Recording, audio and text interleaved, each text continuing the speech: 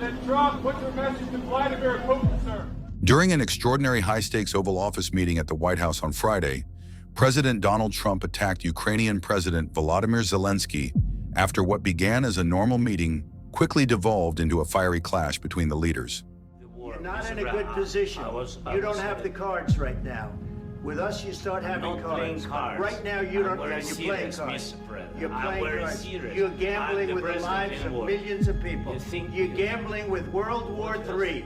You're gambling with World War III.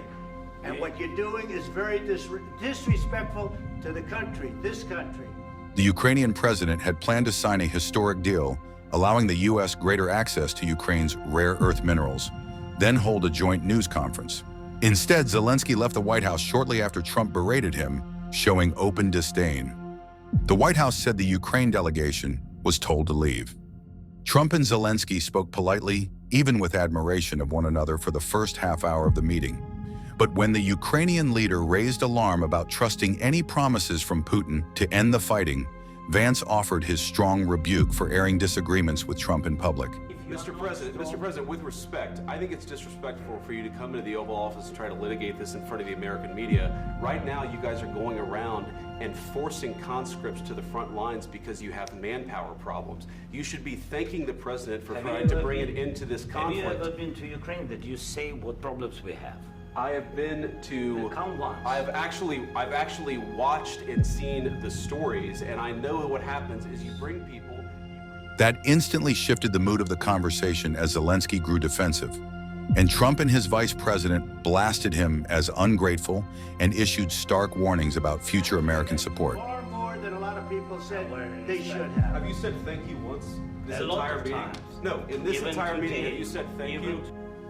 Please, you think that if you will speak very loudly about the war, He's not speaking loudly. He's not speaking loudly. Your country is in big trouble. Can I Wait a answer? minute. No, Can you've I done a lot of talking. Your country is in big trouble. I know. You're not I winning. know. You're not winning this. You have a damn good chance of coming out okay because of us. Mr. President, we are staying in our country, staying strong from the very beginning of the war. We've been alone, and we are thankful. At one point, Zelensky said Putin had broken his own signature 25 times on ceasefires and other agreements and could not be trusted. Zelensky's main objective going into the sit-down had been to press Trump not to abandon his country and to warn against moving too closely to Russian President Vladimir Putin.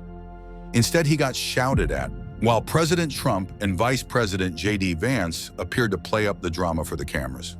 Trump seemed pleased that the scene was being recorded, stating shortly before the meeting ended that this is going to be great television. This is going to be great television, I will say that. All right. We'll see what we can do about putting it together. Thanks. The astonishing turn of events could disrupt international affairs in Europe and around the globe. Until next time, stay informed and stay engaged.